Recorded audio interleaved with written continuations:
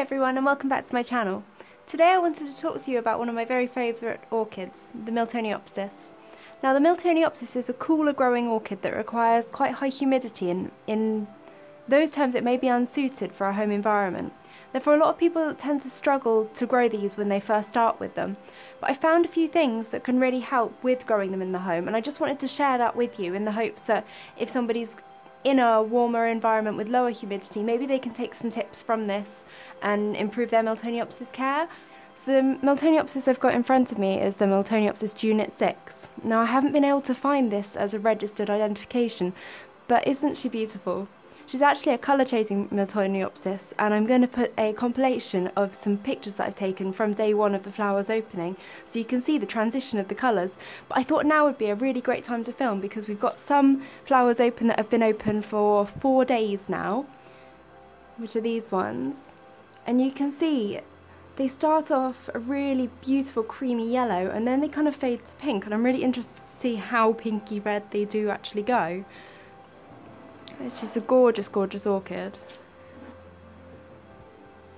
And you can really see why people get so attracted to Miltoniopsis and take them home and can't resist, and then find out that they're actually a little bit difficult to grow when you first start out with them.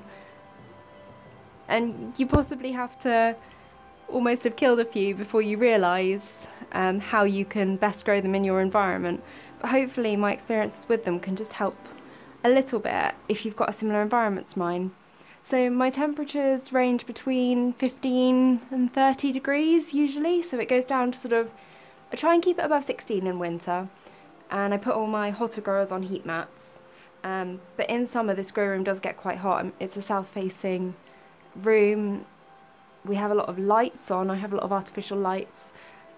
Although I'm circulating air constantly with a fan and I do keep a humidifier on, temperatures do, in summer they stay between 20 and 30 degrees usually, but last summer we got up to 35 degrees in here, and my Miltoniopsis did stall, as I say, but they're still here and they're still alive, and after the temperatures kind of dropped again they started putting out new growths and thriving again. So as you can see, this one's actually, it's quite a young orchid.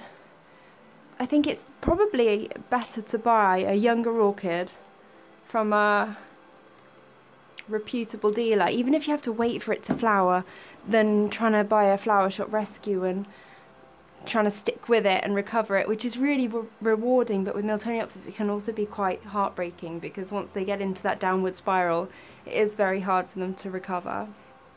So Miltoniopsis are adapted to high elevation forests in Colombia, Ecuador, and they tend to be in very, very humid environments constantly. They're epiphytes, so they're not terrestrial orchids, so they do require a lot of air on the roots, but because they're used to such humid environments, they haven't evolved really to retain water in the orchid as well as some other orchids can.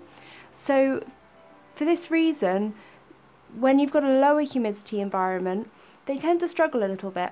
Especially with higher temperatures, because humidity is relative to temperature, and when you've got higher temperature it's speeding up the plant's metabolism, so all the metabolic activity is increased and transpiration is increased, so the orchid is losing more water, and it's not adapted for these situations that we provide it in our home. So there are a few things that we can do in our home environment to help it out a little bit and to help them thrive. So firstly, we need to understand a little bit about the plant's physiology. So it's a really great indicator of what a plant has evolved to require, looking at the leaves of the plant. So Miltoniopsis have very thin papery leaves, not waxy, thick, succulent leaves. So this indicates that they're not very good at retaining water in the leaves, and that they probably lose more water through transpiration because they don't have a waxy, thick cuticle. So if we compare the leaves on the Miltoniopsis to that of, for example, a Vanda, I've got here a small Aerides odorata, just because it's the easiest thing that I can actually pick up and show you on camera. You can see that we have really thick, waxy leaves.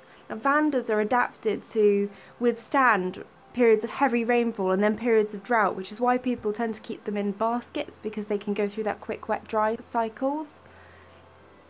But you can see how they've adapted and evolved to be able to withstand that. Whereas something like the Miltoniopsis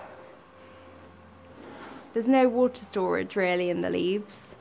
They're very, very thin. This is fine in their natural environment because they've got really high humidity in the cloud forests that they're growing in. And in fact, they probably want to be losing water because the whole process of moving water around the orchid requires that water's absorbed through the roots, and then the process of transpiration occurs where water is moved around the vascular system of the orchid until it reaches the leaves and then exits through the stomata. And that process is what moves the water all around the orchid. So they do need to be losing water through the leaves to some extent to actually create that kind of pressure differential where the water is being pulled up through the plant and circulates around the plant. So if they've got a relative humidity of 90% in their home environment that they're adapted to, and they've obviously gone through years of evolution to evolve this mechanism, then we put them in a home with much warmer conditions and much lower humidity. They're going to struggle a bit, and they are able to adapt, but we just need to provide them with a couple of things to help them with this process. So we need to understand that if they're not as well adapted to hold on to water, we need to maybe be providing a little bit more moisture if we've got lower humidity and higher temperatures. And the way that I kind of get through higher temperatures with my Miltoniopsis is by growing them in self-watering pots with a mixture of sphagnum moss and perlite, and sometimes I've added in small bark chips or leca for a bit more aeration. We just want to bulk up the mix a bit and create a few more air pockets because Miltoniopsis don't like soggy roots, which is where this kind of contradiction comes from, because in our environments in the home where they've got lower humidity and higher temperatures, they need to be kept more moist. But if we keep them very soggy, then we'll end up with root rot, and you pretty much end up with an orchid that it's very difficult to rescue, because when they get into that state they aren't particularly inclined to recover easily. It becomes a bit of a rescue mission. I think there's a little bit of a fear surrounding sphagnum moss sometimes, but as long as you keep it really airy, for these orchids it's fine. For a lot of orchids it isn't, and for a lot of environments it isn't. So if you've got a very humid or cooler environment, then the sphagnum is just going to stay very wet for far too long. But if you're growing them in a warmer environment, then sphagnum moss is really your best friend with these guys, as long as you keep it airy and don't pack it. Mix it with other things like perlite bark, leca if you've got loads lying around like I happen to have, just to keep the mix really open and airy, and to keep oxygenation around the root zone, which is really important for correct functioning of the roots and to stop them suffocating. So in the home, if we can try and provide a moist but airy mix that stays evenly moist at all times, and that evenly moist term is often used but it's very difficult to achieve, and using a self-watering pot with very loosely packed sphagnum moss and perlite and other things to make it airy, and using a wicking system rather than having the bottom of the moss just sitting in water, which will cause the moss to be very soggy. If we use a self-watering wick, we can actually kind of control that a little bit, because it's not the moss that's in contact with the water, the wick is in contact with the water, and then that takes up a small proportion of that water and transfers it to the moss. So I've got this one in a self-watering pot with a gauge, and I'll put all the links up for the items that I use to make my self-watering pots in the description. I chose to use the one with the gauge for this guy because I'd run out of the masks that I use for my DIY self-watering pots, and I had a few of these lying around, and I thought, well, it's such a lovely orchid, I'd really like to keep it that way and not let it dry out. So this way I know exactly when the water needs refilling in the reservoir. We can see at the moment we're kind of happy medium. And I've been through summers of above 30 degrees with these guys, and they do stall a little bit. They don't love it. They are cooler growing orchids and they need the higher humidity and lower temperatures to really thrive, but that doesn't mean that we can't grow them in the home. We just need to kind of bear those things in mind a little bit. But they're such beautiful orchids, and they're really fragrant as well. So I'll put the compilation video of the images that I've taken for this guy over the last week up at the end of this, so you can have a look if you're interested at the progression, the colour change, because it's a really beautiful colour changing variety. Really love it. You can also see that we're putting out a new growth while it's flowering, which is, it's a bit unusual for these. Yeah, I've actually got, I don't know if you can see that, got a second flower spike starting there.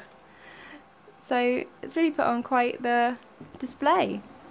I'm really happy with it. I bought it obviously knowing that it was a yellow colour changing orchid, but having not seen the blooms and not been able to find a description of them, I was taking a little bit of a chance, but it's really beautiful. If you've got any questions, please leave a comment down below and I'll do my best to answer them. And I really hope that my experiences with growing Miltoniopsis in warmer, lower humidity environments has helped. And I hope that the things that I've picked up along the way can kind of help people out in how they grow their Miltoniopsis. Thanks so much for watching. Bye!